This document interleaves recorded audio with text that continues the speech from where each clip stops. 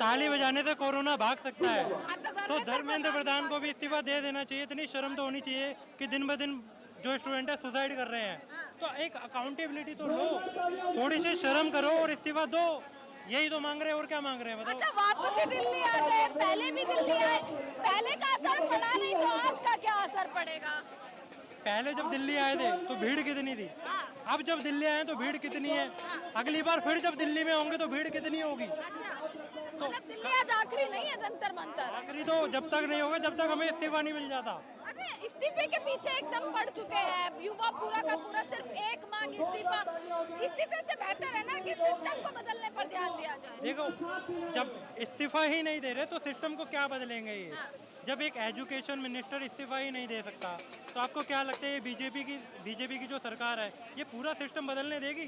जो ये दूसरे के नेताओं को खरीद के अपनी पार्टी में ला रहे हैं, आपको लगता है इनके अंदर इतनी शर्म है ये जो सिस्टम है ये बदलेंगे? नहीं बदलेंगे ये। अच्छा, आपने भी कोई एग्जाम वगैरह दिया है?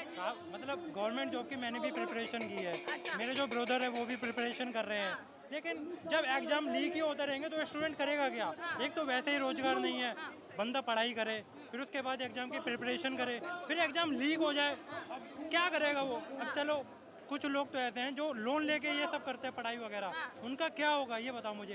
एक मोदी जी ने थाली ताली बजवा दी, एक अभिजीत जो है वो थाली और चम्मच बजवा रहे हैं, फर्क क्या रहा भैया? जब मोदी जी ने बजवाई तो कोरोना भाग गया, अब अभिजीत जी भागा नहीं चला गया ना। वो हेर फेर किया, वो ध्यान भटकाया, तो ये क्या ध्यान भटकाने की कोशिश है? ये साइंटिफिक रीजन है, साइंटिफिक रीजन मोदी जी ने बताया था कि थाली बजाना साइंटिफिक रीजन है, और वो साइंटिफिक रीजन हमारे देश में एक और वायरस आ गया, वो वायरस का नाम है धर्मेंद्र प्रधान, और उस वायरस को इसी थाली के आवाज से हम हटाएंगे। इससे धर्मेंद्र प्रधान भाग जाएंगे? क्यों नहीं भागेंगे, क्यों नहीं? ये स्टूडेंट्स की आवाज है। कोरोना वायरस इतना बड़ा बीमारी था, इतना बड़ा बीमारी कोरोना वायरस को हम भगा सकते थे, ये तो छोटा सा बीमारी है, ये छोटा सा वायरस है। इस छोटा सा वायरस को तो छोटा सा वायरस ऐसा है कि भैया आपको दिल्ली से लेके महाराष्ट्र तक प्रदर्शन करा दिया, सड़कों पर ले आए, पर हट नहीं रहा है वो वायरस। तो मैं वही तो बता रहा हूँ कि वो वायरस को हटाने के लिए फिर से हम जंतर मंतर आए हैं, और पूरे देश में आवाज गूंजती रहेगी, हटा करके रहेंगे। जनता देख रहा है मैडम, जनता देख रहा है ना, फैमिली देख रहा है, इंडिया देख रहा है क्या कि मिनिस्टर को सैक क्यों नहीं मोदी जी कर रहे हैं? कुछ ना कुछ तो रीजन होगा कि मिनिस्टर को सैक नहीं कर रहे हैं मोदी जी। मोदी जी मन के बात बोलते हैं, जन की बात बोलते हैं, कभी परीक्षा के बात किए नहीं किए? 10 बच्चा मर गया है नीट के बर्डन से, कभी मोदी जी बात की है? नहीं बात की है। मोदी जी इंडिया में, वो तो है NRI है मोदी जी, NRI, वो तो इंडिया में कम रहते हैं, फॉरेन में ज़्यादा रहते हैं। आज तक कभी मोदी जी के मुँह से निकला नहीं कि धर्मेंद्र प्रधान एक ट्विटर किए, एक ट्वीट मोदी जी नहीं किए, तो अकाउंटेबिलिटी तो लेना पड़ेगा madam. Minister should resign, must resign, accountability किसी को लेना पड़ेगा। डेमोक्रेटिक कंट्री है। सड़कों पर आना, चलिए ठीक है, आप अपनी आवाज उठा रहे हो, आप सड़कों पर आ रहे हैं, पर जब सरकार के कान से जूं तक नहीं रहेंगी तो सड़कों पर आने के अलावा क्या ऑप्शन बचेगा? मैडम इसका ये तो मीनिंग नहीं है कि सरकार में खलबली मची हुई है, वो दिखाना नहीं चाहते, वो एक्सप्रेस नहीं करना चाहते हैं, लेकिन इतना जो गार्जियन है, इतना जो स्टूडेंट है, जगह जगह पर प्रोटेस्ट हो रहा है, इसका मीनिंग ये तो नहीं है कि ये फालतू का प्रोटेस्ट हो रहा है।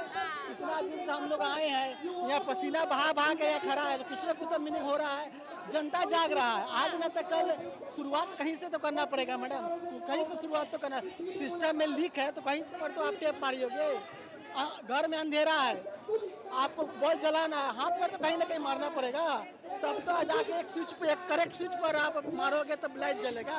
वही हम लोग शुरुआत कर रहे हैं, ये शुरुआत है, आज न तो कल, 1 साल बाद, 2 साल बाद, लेकिन ये डिक्टेटर को जाना पड़ेगा। बड़ा डिक्टेटर चला गया है, ये डिक्टेटर ज्यादा दिन नहीं रहेगा इंडिया में। युवा देख पा रहे होंगे, ये युवाओं की ताकत है कि एक बार फिर से दिल्ली की सड़कों पर युवा आ चुका है।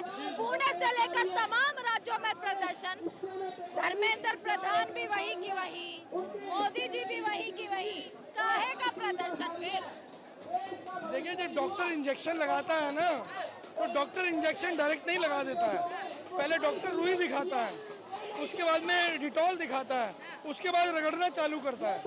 तो अभी ये जो प्रदर्शन हो रहा है ना, अभी सिर्फ डिटॉल दिखाया जा रहा है, अच्छा अभी इंजेक्शन लगेगा, अच्छा लगेगा। लगेगा, इलाज होगा। इससे बड़ा इंफेक्शन क्या हो सकता है? ये देश का युवा है और ये शुरुआत है जो आप देख रहे हैं, ये एंड नहीं है, ये शुरुआत है। अलग अलग राज्यों में शुरुआत हो चुकी है और पिछले प्रदर्शन के मुकाबले आज जो आप प्रोटेस्ट देख रहे हैं, आज कम से कम 10 गुना ज्यादा लोग यहाँ मौजूद हैं। ऐसा लग रहा था भाई आज बहुत कम लोग आने वाले हैं, आज का तो बिल्कुल फ्लॉप हो जाएगा। अभी चलेगा, नैरेटिव चलने वाला है थोड़ी देर में। अभी जितना भी गोदी मीडिया है या जितने भी गोदी पत्रकार हैं वो यही नैरेटिव चलाने वाले हैं, लेकिन एक्चुअल में जो देशभक्त लोग हैं आज उनकी गिनती जो बढ़ रही है वो लगातार एक्टिव हो रहे हैं, क्योंकि अब तक वो लोग साइलेंट बैठे हुए थे। अब वो लोग जब एक्टिव हो रहे हैं तो कहीं ना कहीं ये स्प्रेडिंग अब एक्चुअल में जनता के पास पहुंच रही है कि ये प्रोटेस्ट जो है वो पूरी तरह हाउसफुल जा रहा है। तो आज यहाँ लोग मौजूद हैं, इसमें कोई दो राय नहीं है। अच्छा मैं यहाँ पर देख रही हूँ युवा भी है, जैसे आप आए हुए हैं, आप जेनजी में नहीं आते, आप यहाँ पर सपोर्ट करने आए हैं या किस वजह से यहाँ पर आए? हम सपोर्ट के लिए आए हैं, क्योंकि अलग अलग तरीके से अब आप देखिए किसानों ने आंदोलन किया, टीचर्स ने आंदोलन किया, लेकिन सब लोग इकट्ठे नहीं हो रहे थे। हम ये कह रहे हैं कि अगर कोई भी व्यक्ति आंदोलन करता है सब लोग इकट्ठे होइए। जब तक आप इकट्ठे नहीं होंगे, आप सब लोग अपनी अपनी लड़ाई लड़ते रहेंगे तो आपकी स्ट्रेंथ इतनी नहीं है। मतलब आप कह रहे हैं सबके सब सड़कों पर आ जाइए, आना पड़ेगा। आप इस चीज का आह्वान कर रहे हैं? बिल्कुल, अच्छा पूरे देश के लोगों को रोड पे आना पड़ेगा। हर व्यक्ति अपनी अपनी मांग लेकर के अगर आएगा तो वो स्ट्रेंथ आप दिखा ही नहीं सकते। अच्छा इस सरकार में रोड पर आना ही एक एकमात्र सहारा है कि भाई रोड पर आ गए, उसके बाद अल्लाह बचा दिया आपने, यहाँ पर तमाम लोग जुट गए, उसके बाद ही कुछ होगा। तो सभी रास्ते तो बंद कर दिए हैं, मीडिया बंद कर दिया है, और उसके अलावा जितने भी आपके ईडी थी, सीबीआई थी, जितनी जांच एजेंसीज थी उनको ख़त्म कर दिया गया। एडमिनिस्ट्रेशन में आपको कंप्लेंट लेकर के जाते हैं तो उल्टा जो आपको देशद्रोही बोल के गोली मार दी जाती है। तो आप इस स्थिति के अंदर आज ये बड़ी खबर आई, कल वापसी नीट का एग्जाम है और उससे पहले आज अबू धाबी में एक का सेंटर दे दिया है। देखिए अब कितना बड़ा मजाक है, आप देश के बच्चों से, देश के युवाओं से कितना मजाक करेंगे। हर चीज़ की एक सीमा होती है। आप 12वीं के बच्चों को भी नहीं छोड़ रहे हैं, नीट का जो बच्चे एग्जाम दे रहे हैं उनको भी आप नहीं छोड़ रहे हैं, जो टीचर्स हैं उनको भी आप नहीं छोड़ रहे हैं, आप किसानों को भी नहीं छोड़ रहे हैं। आप देश में छोड़ किसको रहे हैं? अच्छा फिर तो कल भी कोई ऐसी गारंटी नहीं है ना कि सब कुछ चंगा होगा? मैंने ऑलरेडी लास्ट वीक एक इंटरव्यू हुआ था तो मैंने उसमें यही बोला, अभी नीट का एग्जाम होना है, क्या गारंटी कि इस बार लीक नहीं होगा। वायुसेना सिर्फ लेके जा रही है, लेकिन प्रिंटिंग तो उसी प्रेस में हुई है जहां से पहले लीक हुआ था, तो उसके ऊपर तो कोई बात करने को तैयार नहीं है। बिल्कुल बिल्कुल बिल्कुल। देखिए ये माहौल यहाँ पर मैं आपको दिखा रही हूँ, आप सपोर्ट में यहाँ पर आए हैं, लगातार बने हुए हैं यहाँ पर। ये पूरा माहौल आप देख लीजिएगा कि किस तरीके से यहाँ पर कॉकरोच जनता पार्टी का दिल्ली में दूसरा प्रदर्शन, दिल्ली की मैं दूसरी बार जंतर मंतर से ये तमाम तस्वीरें दिखा रही हूँ जो लगातार बनी हुई है कि दूसरा प्रदर्शन जंतर मंतर पर युवाओं का, जर्सी का आखिरकार किस तरीके से रहने वाला है। ये पूरी भीड़ एक बार घुमा कर कैमरा को दिखा दीजिएगा कि ये सारे तमाम लोग पहुंचे हैं यहाँ